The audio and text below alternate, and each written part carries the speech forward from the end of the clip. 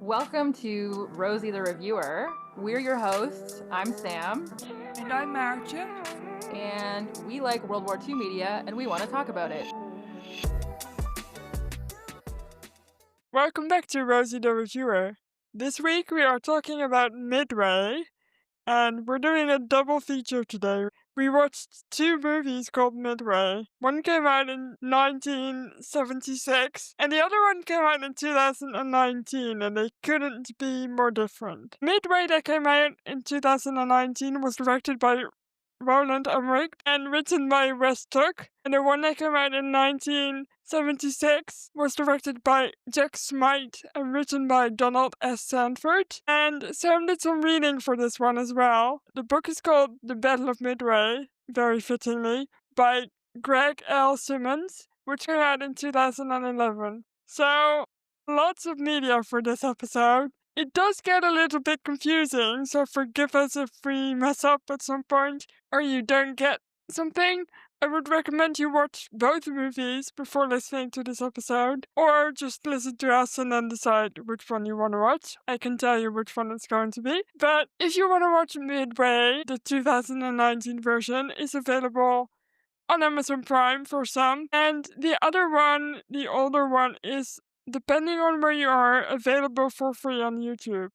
So that's useful. If you want to hear us talk some more about the major players in particularly the Pearl Harbor part of this movie and war, you can listen to our episodes about the movie Pearl Harbor. Or, and I would recommend this one, Tora Tora Tora, because it's much better than Pearl Harbor. And it's an interesting conversation. So, Sam, where do I start? What did you think of the book, first of all? I'm gonna start with the book. Yeah, I really liked the book. It's a seminal work, I guess, on the Battle of Midway. I also listened to an interview with the author on American History Hit. They had an episode called The Battle of Midway where he elaborated a little bit on some of the stuff that he talked about in the book.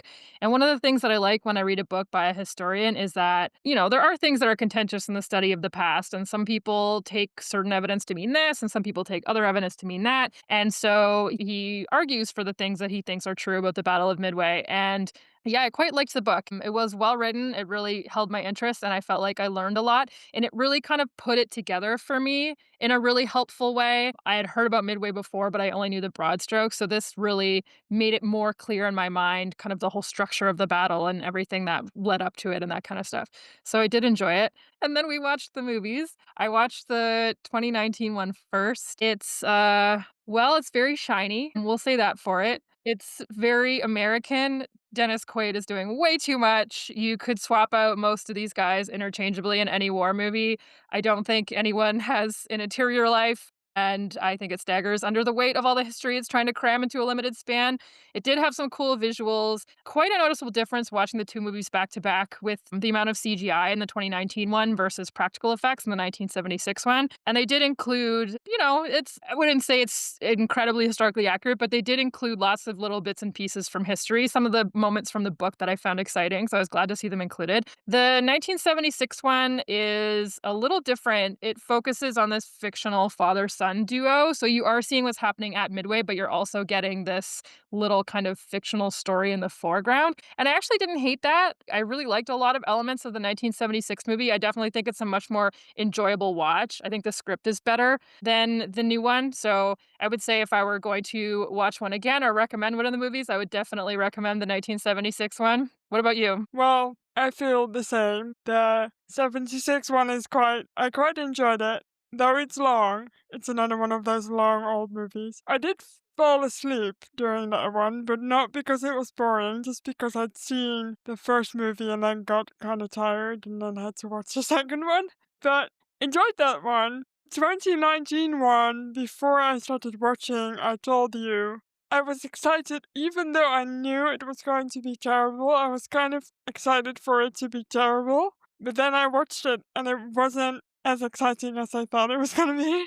It was just kind of terrible. So, I don't know. There are some actors in this that I like, but even they kind of struggle because the plot is bad and the script is bad. It's got Woody Harrelson in it, who's usually a good actor. And he wasn't bad in this one, but it was just kind of unremarkable, like, as a whole. No one really stood out to me, and specifically, and I'm so sorry to the actor for saying this, but the main character that we follow in the 2019 one, I just could not get into whatever was happening to him. I just thought his acting was kind of flat. But I think it's mostly the script. These actors don't really get a whole lot to latch onto, I'll say. Yeah, I think that the main actor in the 2019 one is really just trying too hard to be so American because I think the actor's British. And there's just the script is so, I think, just difficult to act well. Like, there's a moment in the 2019 one where they're about to dive bomb this Japanese ship and they go, "This is for Pearl." And it just made me laugh out loud. It was such a silly line of dialogue. I don't know. I also felt, and I don't know if you felt this, but I thought the dialogue in general was a little bit too modern. Like, it felt more like something you would hear now than you would hear in the 40s. Yeah, I could agree with that for sure. It's just a very, like, shiny modern movie, and there wasn't a lot to grasp onto. And also, they decided to just show you every single battle that was fought around Midway. Like, we got Pearl Harbor, and we got the Marshall Islands, I believe, and we got a bunch of other battles. And so much happened. It's all crammed in there, and you're like, what are the stakes? I just couldn't latch on to what was important because they were trying to show you too much. And the other Yeah, movie didn't do that. The other movie was much more focused on the actual Battle of Midway. yeah, I think maybe at the time it was made, they were more able to rely on audiences having some context already coming in. I think that in the modern era, Pearl Harbor just looms so large for many Americans that a lot of them don't have a great idea of what comes next. And I mean, I'll say that I didn't really either know what happened between Pearl Harbor and Midway. So I understand why they're trying to give you that background. Like, I get it. But I almost think really the Battle of Midway, it lasted a couple of days, but it was won in the span of a morning, basically. It was a very sort of quick, decisive battle. And I think it would be interesting to see a movie where they almost do hour by hour. Like, I would be into that. It would have been an interesting movie if it had been made by Christopher Nolan, I think. Because he's all about time, and I think he would have made it interesting, for sure. Yeah. Another thing, there's a Jonas brother in the 2019 one, obviously. He's decent. He's not a bad actor. I enjoyed him. Yeah. And I also enjoyed Darren Criss, who's been a longtime favorite of mine. He wasn't terrible, but they just made his character extremely unlikable. Although I find the main character really unlikable, so maybe he's not that unlikable. Yeah, both movies had a really stacked cast. I saw a review of the 1976 Midway online that called it a sprawling war film. Midway stars nearly every actor who wasn't in A Bridge Too Far. It's true. What I did like about the 2019 one is that they showed Ford recording his documentary on Midway, and I looked up some of that footage, and it's absolutely chaotic, and I love it. Yeah, well, I bet it was. Anyway, instead of saying let's get into the plot, I'm gonna say, Sam, please give us some context about the Battle of Midway, please.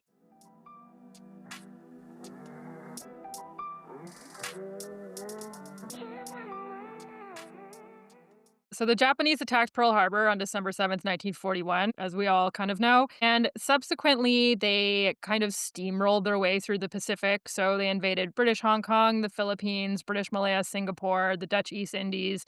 They're out here trying to get resources, essentially. They need oil, they need rubber, they need metal. Anything that you need to win a war, they need. They've been fighting a war in China for the past couple of years, and the resources are scarce. So that's kind of what they're up to. And the Japanese and American navies skirmish a little over these months, but the decisive meeting is not going to come until the Battle of Midway, which happened on June 4th to 7th of 1942. So Isoroku Yamamoto, he was the commander of the Japanese Combined Fleet and the mastermind of the attack on Pearl Harbor. We talked about him quite a lot in our Tora Tora Tora and Pearl Harbor episodes. He wanted the Americans off the board before their industrial prowess could allow them to catch up to and outstrip Japanese levels of military preparedness. So The previous year in 1940, the Americans had passed this huge naval expansion bills. While they only had 3 aircraft carriers in the Pacific at this point, they were building 11 more. So there was a lot more coming down the pipe, and the Japanese just knew that once the Americans really got ramped up, they just weren't going to be able to exceed them in that respect. And so his idea was we sweep them off the board right now. That buys us time, and then we can kind of secure our perimeter around all of these new colonies that we've taken. And if the Americans do attack us, we can make them fight inch for the Pacific until they realize that there's no point and they can't beat us. That's kind of what his thinking is. He's planning an invasion of Midway Atoll. This is 2 tiny islands about 1,300 miles northwest of Oahu. It's in the middle of nowhere. It's called Midway because it is roughly midway between North America and Asia. There's a little airfield on it and a little protected lagoon surrounded by a reef, so you can sail ships in there if you need to. Yamamoto's convinced the only way they're really going to sideline the Americans is to destroy their capacity for launching air attacks. So he thinks if we attack Midway, what we can do is we can trick the Americans into leaving the safety and security of Pearl Harbor with their aircraft carriers. And he's got all this intelligence that suggests the aircraft carriers will be vulnerable, they'll be outnumbered 2 to 1, they'll be too far from Hawaii for air support, and it'll be really easy for the superior Japanese Navy to obliterate them, essentially. And this plan relies really heavily on the element of surprise. And what Yamamoto did not know was that the Americans had virtually cracked his naval code, and when he got to Midway, they were waiting for him. I just want to say immediately something I remember now that I liked about the 76 movie is that it had maps in it. They were constantly showing you this is where Midway is, this is where all the fleets are, this is where they're going. It was really helpful. Honestly, I love a map. Obviously, the book that I read had a ton of maps in it too. So I was like, I would look at the map in the book and then I would pull it up on Google on my phone and look at like the Google Earth view. I don't know. I always find that stuff really interesting of places that I haven't really thought about looking up on a map before. And they do it really smartly in the movie too, because it's not like you get an in-between of a map in a movie. It's actually them looking at the map and discussing as part of the plot what they're doing, so it feels really natural too. So, another point for the 76 one, y'all. Yeah. So yeah, let's maybe talk about some general differences between the two films. I'll let you take the lead on this one. Why? Because I wrote it? Yep.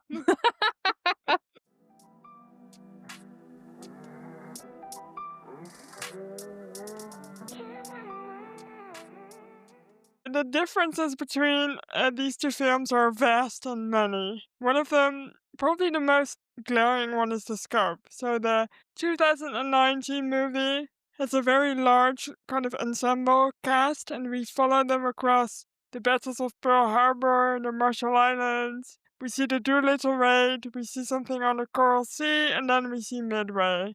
And the 76 one starts with very briefly the Doolittle raid. We see that from the perspective of the Japanese, actually. And then the focus otherwise is entirely on the build up, the intelligence battle, and the Midway operation itself. So it's a much tighter focus, which makes it easier to follow, for sure. Another one is perspective, because in the 2019 one, we see some of the home life on Hawaii. We see the pilots, and we also see intelligence and the brass, and we also see the Japanese, so it's a lot of different viewpoints. The 76 one has a much tighter focus on the brass, but on both ends. So there's a little bit of intelligence also thrown in there, but we don't get really focus on actual pilots. Well, there's a couple, but it's not like a major plot point. And then in terms of characters, the 2019 one uses actual historical figures in the form of Beth, McCluskey, Layton, and Rochefort, and they are the main characters that kind of lead you through the different battles. And the 76 one uses, as Thomas already said, a fictional captain called Matt Garth and his son Tom, who's a fighter pilot. And there's another little thing in there where Tom has got a Japanese-American girlfriend called Haruko Sakura, very typically Japanese name, I think, and her parents. But all of this is not true. And they kind of use this romantic arc that the 2019 one does not have, tell you that Americans were racist as fuck.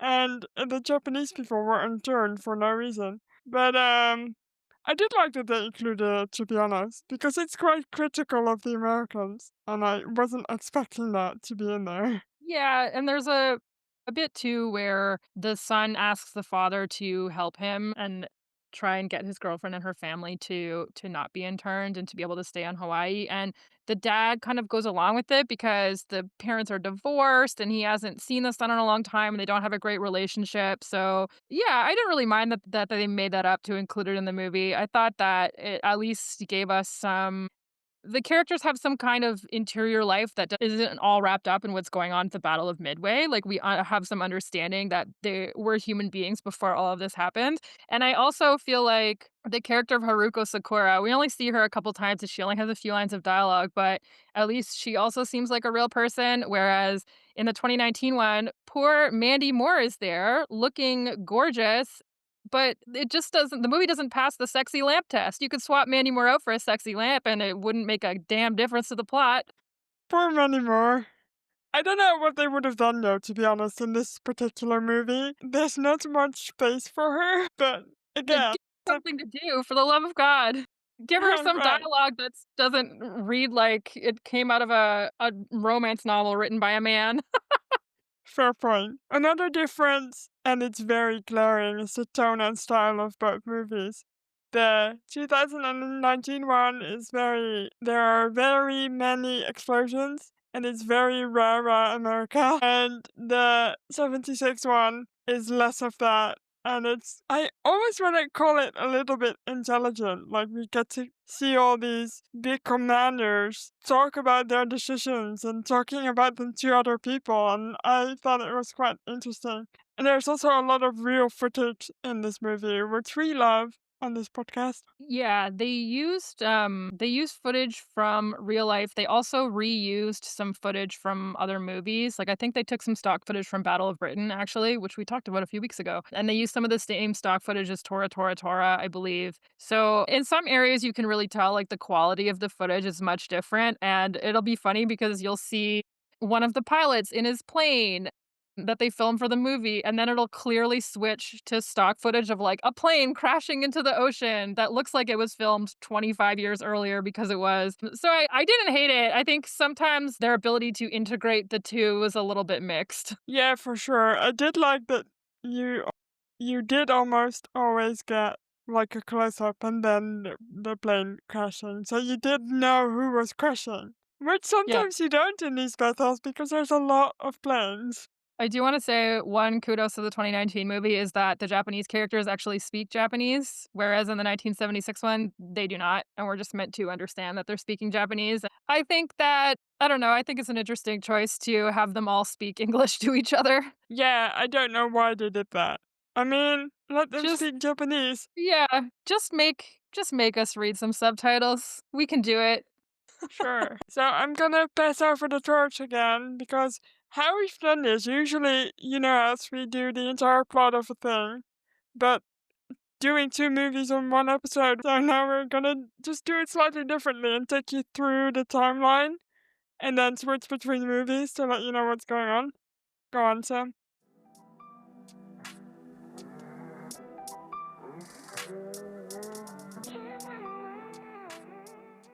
Let's start with the lead up to Midway. There are a few key characters that it's useful to know, and you'll see them in both movies if you watch them.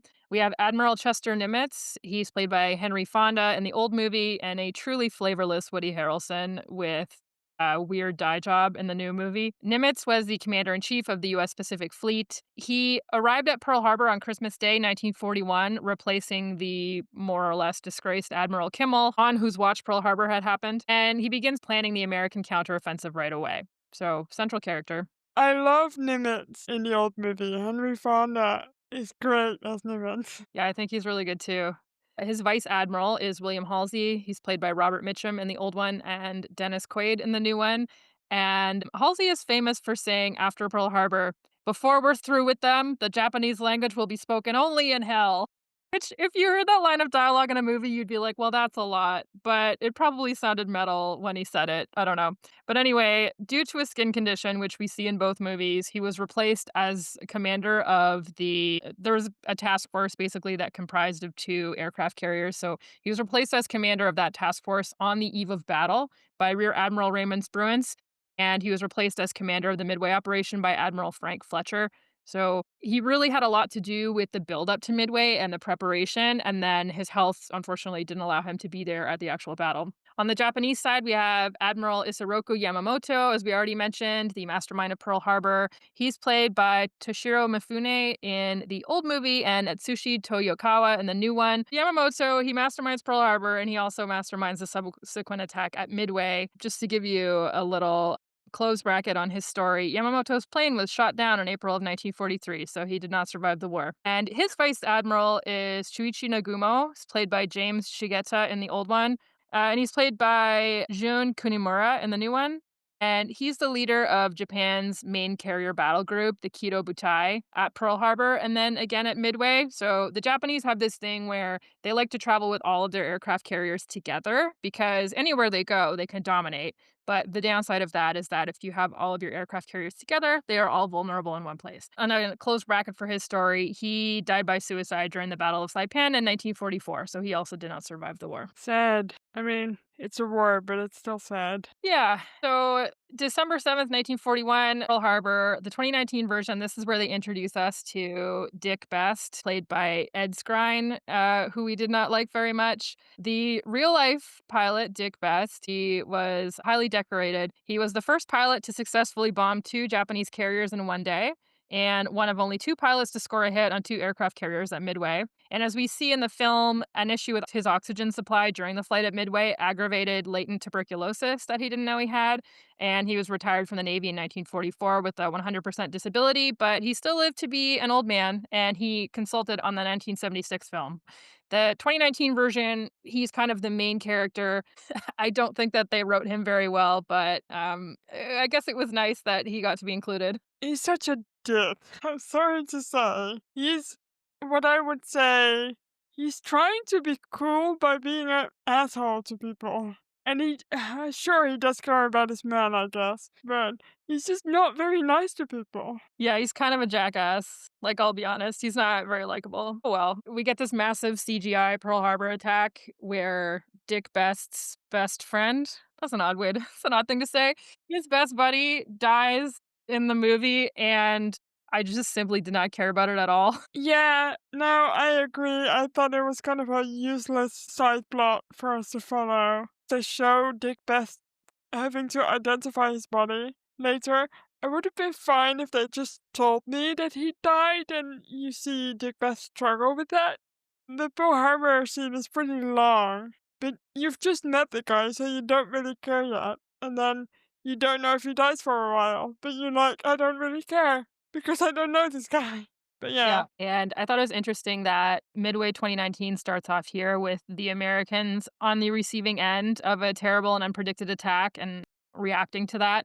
Well, Midway 1976 opens on a similar thing, but on the other side. So it's the Japanese reacting to the Doolittle raid on Tokyo. Yeah.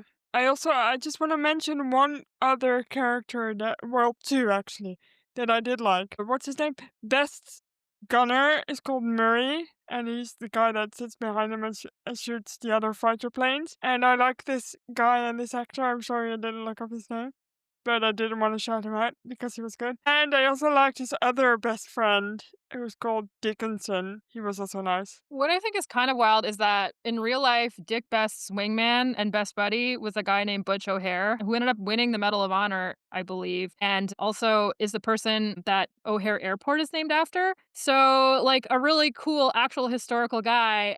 Why is he not in this movie?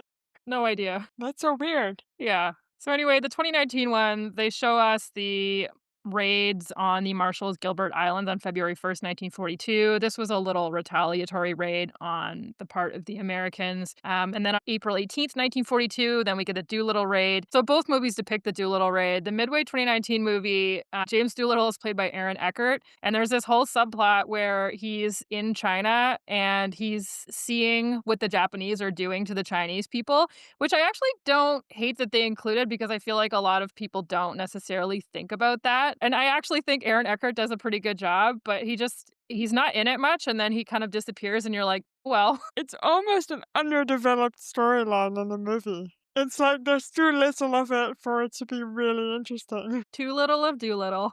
You get points for that one. Right. So moving right along, we come to May 4th to the 8th, 1942. That's the Battle of the Coral Sea. The 2019 movie shows this, and then the 1976 version kind of just describes it. We hear about it in these briefing rooms and intelligence summaries, but it's important to know that it happened because this is a period in history where up until probably the 1930s, there was this idea of naval warfare where the battleship reigned supreme. And then the great navies of the world started building aircraft carriers. And initially the thought was like the battleship is still going to take precedence, but the aircraft carrier will be there so planes can do scouting missions or can provide some air cover. And then it started to become apparent that no, the aircraft carrier was going to be the center of modern naval warfare and it was going to be the battleship that was incidental. And so the Battle of the Coral Sea is the first naval battle in history where neither fleet saw one another. The battle was conducted entirely between aircraft carriers, one on one side of the horizon and one on the other side. And basically, what had happened was that the Americans had intercepted a bunch of Japanese messages, and they had learned that the Japanese were planning to invade parts of New Guinea and the southeastern Solomons. This is part of their whole sweep the Pacific kind of thing. And so the Americans snuck a couple aircraft carriers down to the Coral Sea to oppose them. The U.S. managed to sink one small Japanese air carrier, and the Japanese destroyed one of the American carriers and badly damaged another, the Yorktown, which is relevant because we see the Yorktown again at Midway. And so, in terms of ships sunk, technically the Japanese won that battle, but really it was a strategic victory for the Americans because this was the first time that they were able to turn back a Japanese advance in the Pacific. Imagine not being able to see each other and just having to kind of wait for the outcome of each like volley of planes. So Yeah, for wild. sure. Yeah. Yeah, and in a lot of cases, you're not having a ton of communications between you and your planes, right? Because you wanna maintain radio silence because you don't want the Japanese to know where you are. And can I Yeah. just say, those aircraft carriers, terrifying. Like, even landing on the thing was kind of dangerous. I mean, routinely, people had accidents where they didn't land the plane correctly, or the ship had to be going at a certain speed through the water, otherwise the planes couldn't take off. It's in the 2019 movie, actually, after Best kind of mentors this young kid who has to fly behind him. He's like, stay by me and you'll be fine. And then the kid tries to take off from the carrier even though it's not going fast enough and he crashes and he dies. It's kind of sad. Yeah, there was a little bit of that going around for sure. So, at this point in the story, in the timeline, we get introduced a little bit more to the Codebreakers, and there are some key characters in here.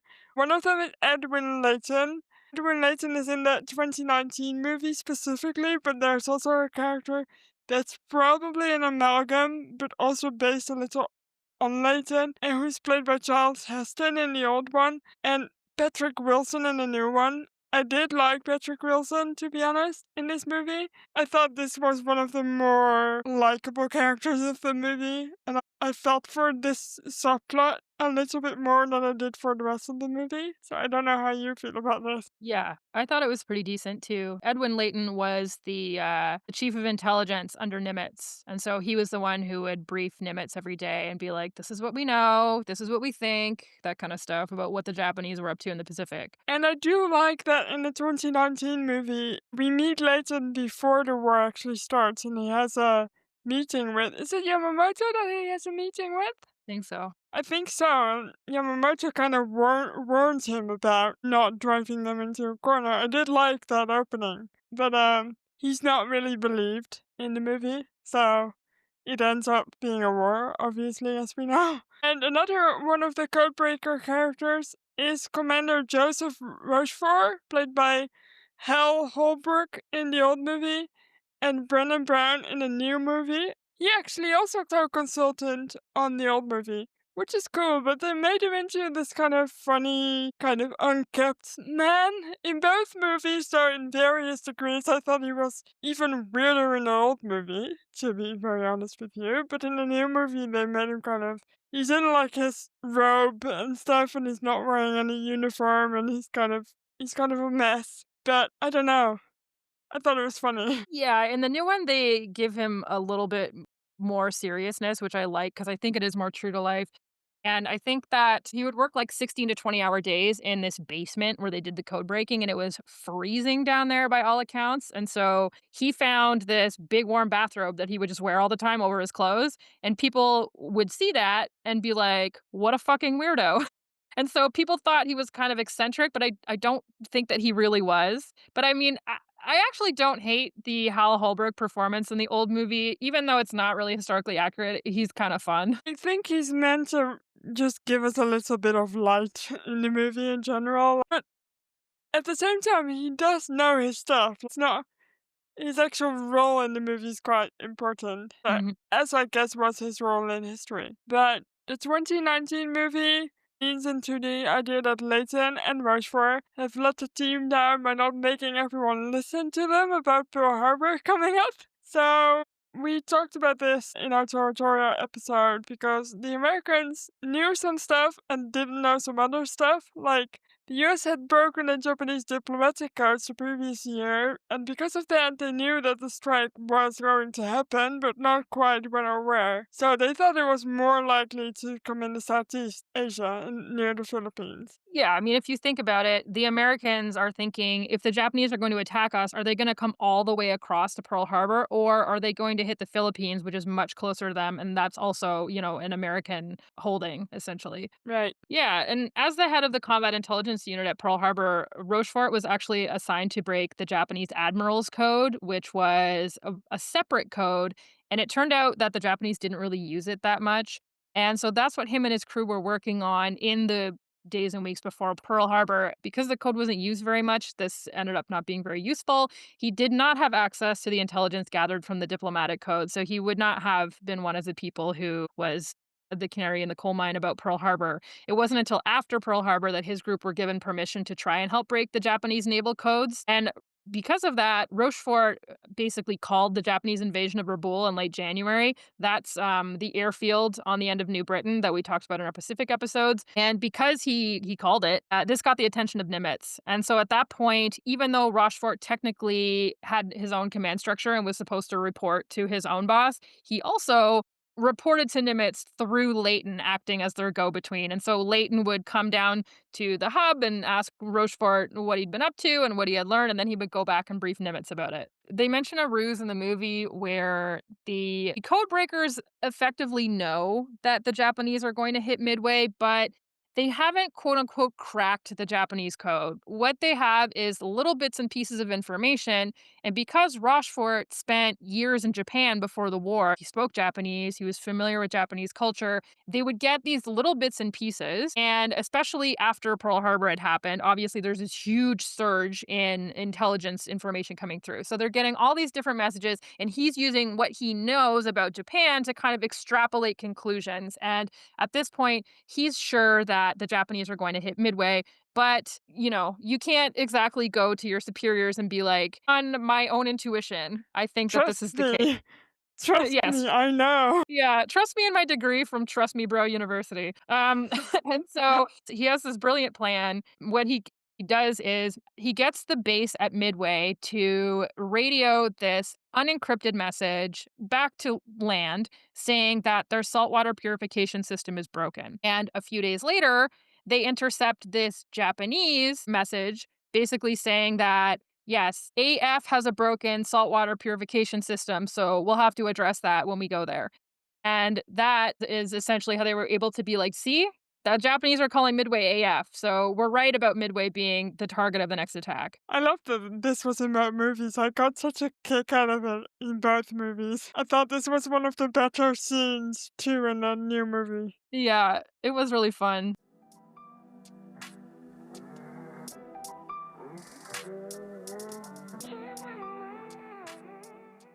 So we finally get to the actual Battle of Midway, June 4th to 7th, 1942.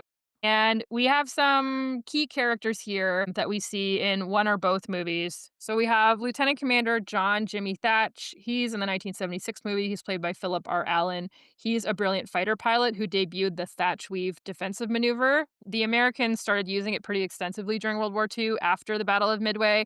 They used it in Vietnam, and it's still a viable defense strategy. So yeah, definitely a guy who's, when I was reading the book, he would pop up sometimes and I would get to read about him doing some cool fighter pilot shit. So that was fun. We also have Lieutenant Commander John Waldron. In the 1976 movie, he's played by Glenn Corbett, and we see him chart his own course, which is based on this really odd real life event called the Flight to Nowhere. So there was this one aircraft carrier. The Americans only had three at this point in the Pacific. And there's this one aircraft carrier called the Hornet. And they had some command issues. And there was a lot of miscommunications and personality clashes and that kind of stuff. So they had some issues during the Battle of Midway. So, per the Simons book that I read, he says 4 squadrons took off from the Hornet that morning, but only one managed to find the Japanese strike force. And that one did so only because its squadron commander flagrantly disobeyed direct orders. The rest of the air group, 2 squadrons of bombers, and all of the fighters that were committed to the strike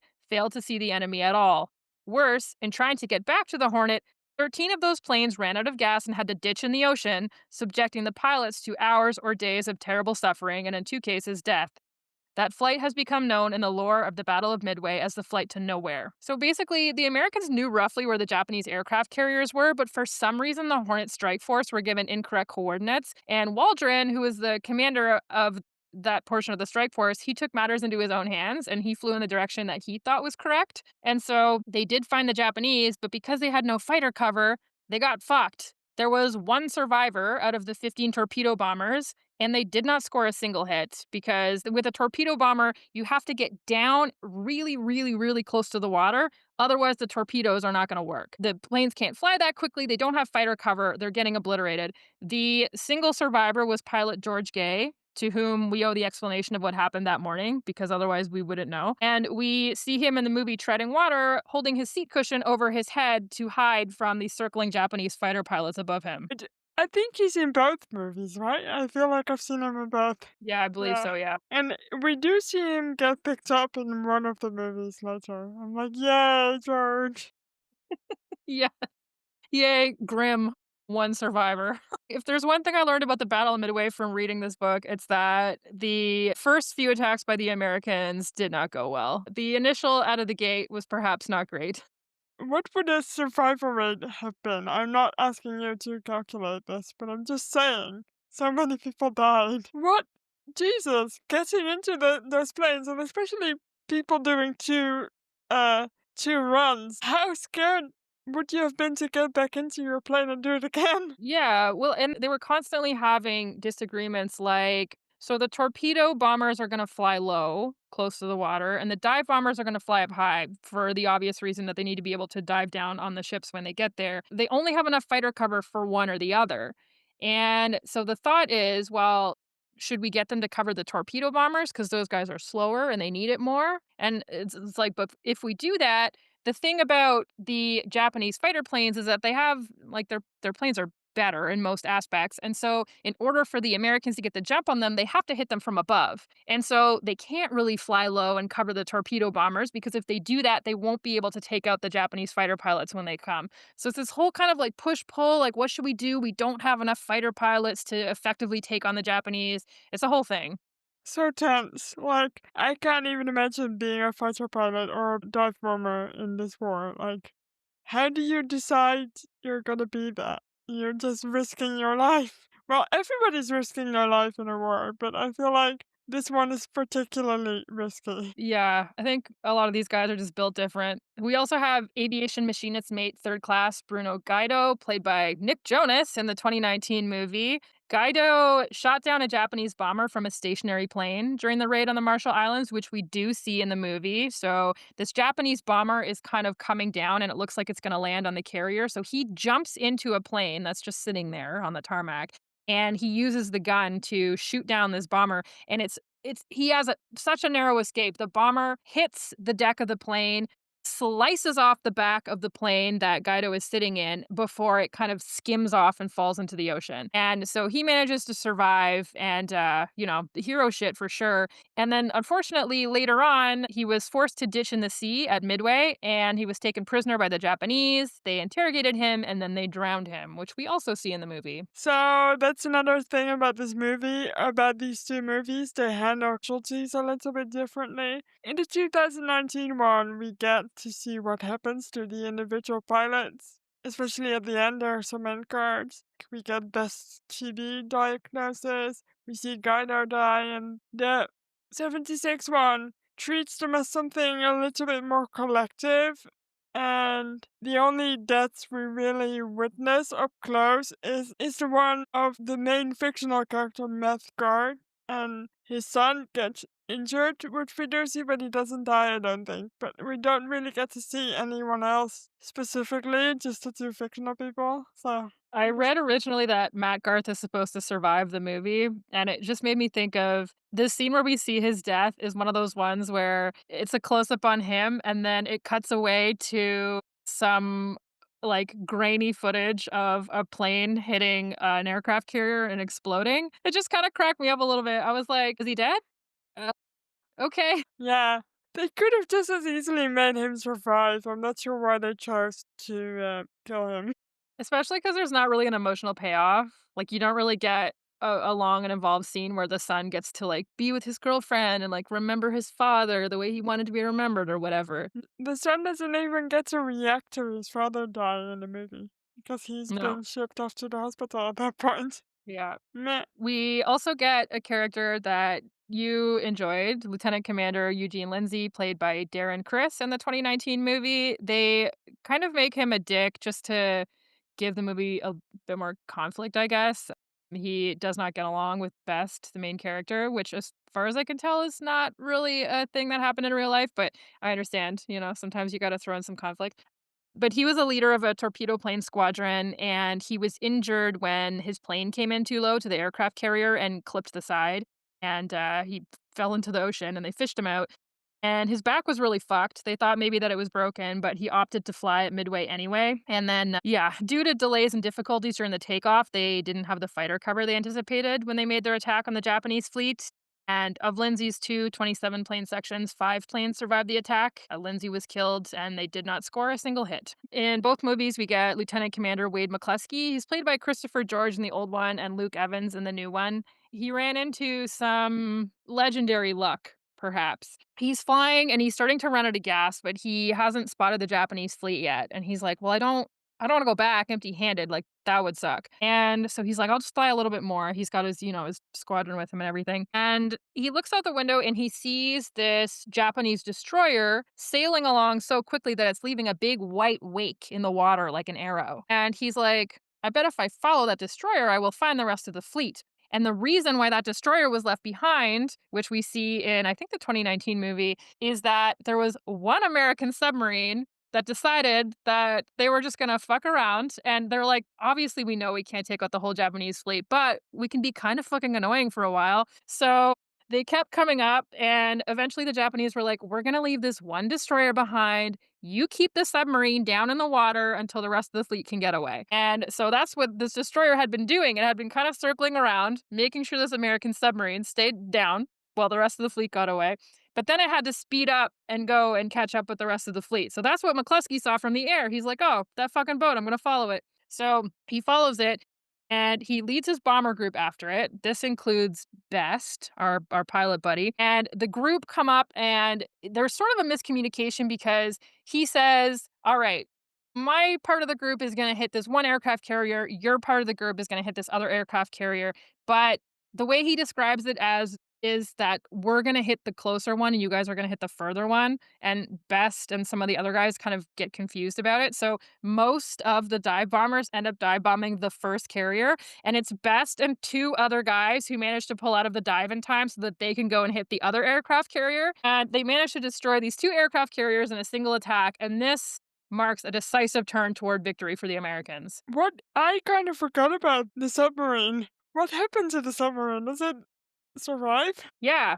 They did. They had to keep diving because the Japanese had 2 types of depth chargers. One of them could go down to, like, 40 feet, and one of them could go down to, like, 200 feet. So the Americans were trying to do a thing where they sort of split the difference. And so, yeah, so they kept going up to see if the Japanese were gone or not. Yeah, so they did survive the battle. I mean, the fact that I forgot about it kind of tells you how much they tried to put into this one movie.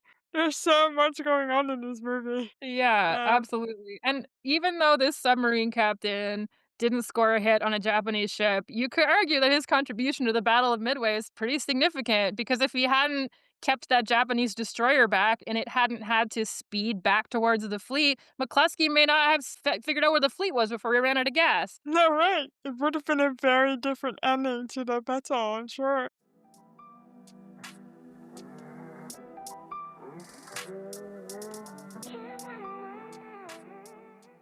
There were some things they depicted in the 1976 movie that were real events. So, one of them was that the Japanese are unable to successfully complete a recon mission before the attack. They want to fly a couple of planes from super fucking far away.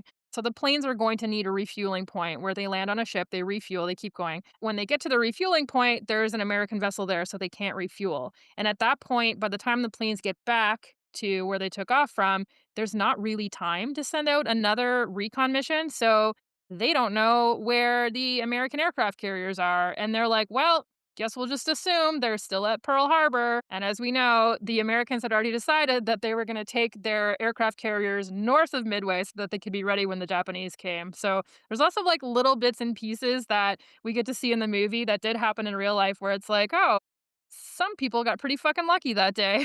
There was also a part where we see the Japanese, they're instructed to keep half of their planes back because they are sending a strike force at Midway, but that's kind of diversionary, right? What they want to do is draw the aircraft carriers out. And so if they're found by an American aircraft carrier, they want to have half of their planes still on hand so that they can protect themselves. And this was a super contentious order.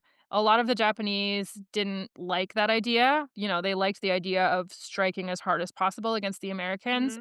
So Nagumo decides he's going to violate that order. He's not going to listen. He's going to send another strike force against Midway. He's like, well, but by the time we get these guys ready to go, the first strike force will be coming back. We can fuel them up. Everything will be fine. But then, this ends up causing a lot of shenanigans because they need time to refuel the planes. They need time to switch the type of ordnance that they're using. They need time to do all of this stuff, but the Americans just keep attacking them. And even though the Americans are not really hitting them, they're still kind of gumming up the works and making it really fucking annoying. And the Japanese also, they don't have radar. So when the Americans know that a Japanese attack is coming, they can batten down the hatches. The Japanese don't always know when the American attacks are coming. And so if you don't know an attack is coming and you have live ordnance and gasoline on the top of your aircraft carrier and it gets bombed, that's not good. I feel like the Americans are just pesky mosquitoes to these Japanese at this point. They're just like, keep flying in and keep attacking. And Japanese are just trying to get on with business, but they just can't do it. It's really Yeah. annoying. I think the Japanese had this really firm sense in their minds of what the Americans were going to do and how the Americans were going to behave. And there wasn't a lot of room in their battle plan for the Americans to not behave in the expected fashion. So I don't think that was very helpful either. No, I do like that the 76 movie gives you a little bit more of Nagumo's thoughts about the whole thing. The 2019 one, it's all just kind of presented to you as is, but in the 76 one, you get to see some back and forth, and there's a whole bunch of shit going on at the same time, and it feels much more complicated than the 2019 one. So I like that about the older one. Yeah. I think there's a fine line to walk of like including too much detail so that people can't really follow what's happening, but also including enough so that it makes sense when characters do what they do. It makes them a little bit more human instead of just cardboard cutouts of the people that they're pretending to be. Yeah. Another thing I like, by the way, that the 2019 movie did not have is that we get to see the flying boats, the scout planes. a lot in the 76 movie, and I really enjoyed those little scenes. Yeah, I liked them too, and scouting was a major part of it, right? If you can't see the other guy's navy. At one point, one of the Japanese recon scouts had left like half an hour later than they were supposed to, and there was all these like little moments with the scout plane, so I was glad to see that too. Yeah, so a couple of other things, they showed Commander Max Leslie, played by Monte Markham, accidentally jettisoning his bombs. So they had this electronic method of arming the weapons and getting them ready to go, and unfortunately something was jammed up and not working in their planes, and so when he tried to arm his weapons he accidentally jettisoned them into the sea, and that did happen in real life. But Leslie was super ballsy, and even though he didn't even have a bomb, he went along on the attack anyway, and he was like, I might not have a bomb but I can still mix it up.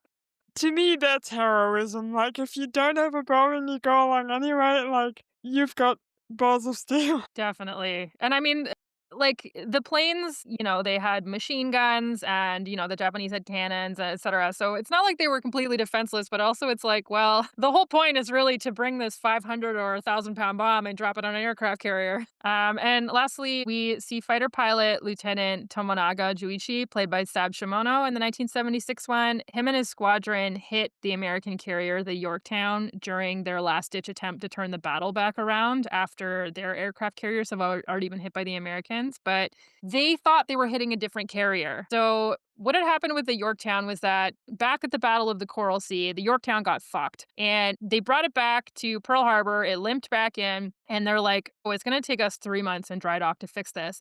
And Nimitz was like, you have 3 days. And so they fix it, but a lot of it is like they fucking duct tape this thing together. Like, not literally, but, they're cutting corners as much as you can cut corners. They've got guys working like 24-hour shifts, whatever. So the Yorktown is here for its sins at the Battle of Midway, but it's bad luck because they get hit by the Japanese. It's on fire. So the Japanese, of course, they go back to their guys and they're like, hey, we hit the Americans. We hit one of their carriers. It's on fire. We really fucked it up. I think we should go back again and, like, try and hit some of the other ones. And so Tomonaga Juichi, he takes his guys out, and by the time they get back to the Yorktown, the Americans have put the fires out, and again, they have radar, so they know the Japanese are coming. So they've gotten everything kind of cleared away, they've battened down the hatches. The Japanese see it from the air, and they're like, "That can't be the carrier we already hit. The one we hit is fucked up and on fire." So they hit the Yorktown again, and the end result is that they did end up sinking the Yorktown, but that the 2 other American carriers got away scot-free. I thought it was really confusing for a while in the movie. I was like, wait, what's going on? But that's the point. Like, it was confusing for the Japanese. And it's hard to overstate the amount of confusion that there was with, like, you would send up, 8 different scouting planes, and then, like, 3 of them would come back and be like, "We saw the same group of boats." And then, like, one of them will say, "Oh, there was definitely an aircraft carrier there." And then the other one will be like, "No, it wasn't an aircraft carrier. It was 2 destroyers and a cruiser." And the third guy's like, "No, it wasn't either of those. It was this." And it's like, you kinda gotta know, right? Because if there's an aircraft carrier there, it's a priority. If it's 2 cruisers and a destroyer, not a priority. I loved the inconclusive radio communication about this in the movie. It was so funny. I understand the confusion. I love this detail of the movie. Yeah, I liked that they focused on that too. Some 2019 movie events that were based on real life, they talk a lot about how the torpedoes suck. So this is true. The torpedoes that they were using at this point in the war weren't live tested because they didn't want to waste ammunition. And so a lot of the time they didn't fucking work. So unfortunately for these torpedo bombers who are putting their lives at risk to successfully get close enough to the water to drop their torpedo in without destroying it, a good chunk of the time, the torpedo simply would not do anything. So that's true, Rip. unfortunately. And we also get to see in this movie, Yamamoto says this famous quote that's attributed to him, which is after Pearl Harbor, he says, "I fear we have awakened a sleeping giant." And this is not a real Yamamoto quote. It came from Tora Tora Tora, which we did talk about on that episode. And when I saw him do it in this movie, it made me do the Leonardo DiCaprio pointing meme because I was like, he said the fake line. Yay! And just lastly here, Admiral Yamaguchi Tamon and the captain of the last Japanese carrier to sink, I think it was the last one, the Haruyu. and the captain's name was Kaku Tomeo. They did go down with the ship together, which we see in the movie, and one of them makes a comment about how they're going to admire the moonlight, and that was also something that came up in the Craig Simons book, so I kind of like that little moment because I really felt like you got a sense of the humanity of these people. And yeah, I don't know. I thought it was nice to include it. It was a nice moment. I also liked the fact that the previously scared Japanese officer tries to stay with the captain. And even though he'd kind of chewed him out before, he's like, no, you've got to go. You've got to leave. You've got to survive. And I enjoyed that moment. It was a good moment. Yeah, definitely. We do slowly get to the end of both movies at this point. Both movies end differently. 2019 one concludes with a couple of end cards letting us know what happened to the guys we followed, and the 76 one is kind of sad because we end with Math Guard's death, and Yamamoto is actually quite let down and disappointed, and we see him admit defeat. Two very different endings. Obviously, the 2019 one, once again, was very, like, rah America, but it was also nice to see what happened to the actual people that we followed. Yeah, definitely. The book I read referred to Midway as a decisive turning point, obviously, a major American victory. If you think about the fact that the Americans destroyed all four Japanese aircraft carriers and the Japanese only sunk one, that's it's pretty decisive. It's a rout pretty much, and never afterward did the Japanese engage in a strategic offensive in the Pacific. Yeah, like in an hour. That's wild. Yeah, Difficult to imagine how big battles like that are decided by moments. It's so weird. yeah, definitely. And so many little bits and pieces. I think a lot of people attribute a good chunk of the American victory at Midway to luck. And of course, luck is a factor in any battle. But there were also a lot of things that went their way because they had a lot of guys on their side who were experienced and knew what they were doing and made the right call with the information that they had. So, Right. They made their own luck, kind of. They were there when it mattered, I guess. But yeah, I didn't know anything about the Battle of Midway, so even less than you knew. So I thought it was really good to watch two movies, one of which is not as good as the other. But now I know something again, and I also find it really enjoyable that the further along we get into this whole podcasting journey, the more the pieces all fit together. Like you just kind of it all makes sense to me. So it's great. Well, especially because, we talked about the Pacific a few weeks ago. 2 months after Midway, Guadalcanal, right? Now the Japanese are kind of scrambling to secure their perimeter. Right. I forgot about that. That's so short. That's not like there's not a whole lot of time in between that. That's wild. Anyway, before we get to rating this movie, which we should do, I would like to remind you that you can follow us wherever you get your podcast and rate us 5 stars. Please do. Write us a review as well. And send this episode to a friend if you want to torture them with one good movie and one very bad movie. Every time you send this episode to a friend, a Jonas brother gets his wings. And by wings, I mean the silver wings that they pin to your lapel when you become a pilot.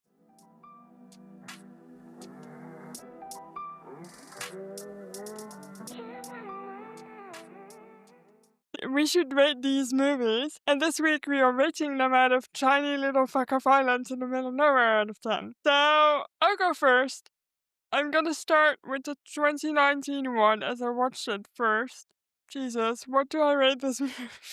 I don't know. As much as I think it's a really bad movie, I did enjoy watching it. I think I'm gonna have to give it a 5.5 tiny little fuck of islands in the middle of nowhere out of 10.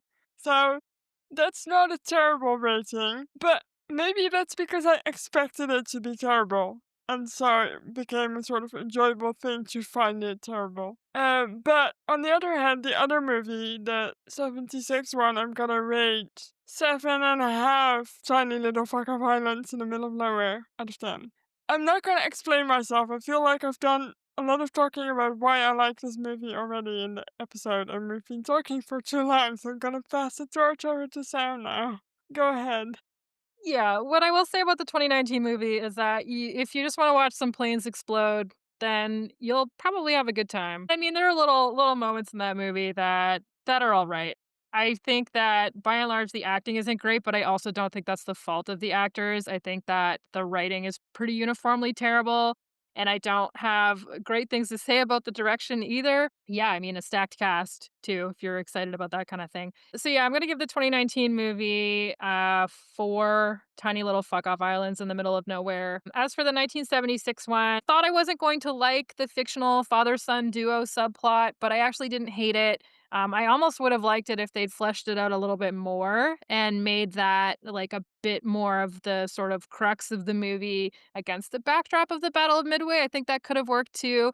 Like we said at the beginning, actually think it would be really cool if they made a Battle of Midway movie where it kind of went hour by hour because there are so many cool, real, larger than life characters and little moments that happened. And I do think that it's underrepresented in World War II media and that a lot of people don't know that much about it. So that would be cool. I'm glad there were 2 movies for us to watch. So the 1976 movie, I'm going to give it a 7.5 tiny little fuck off islands in the middle of nowhere.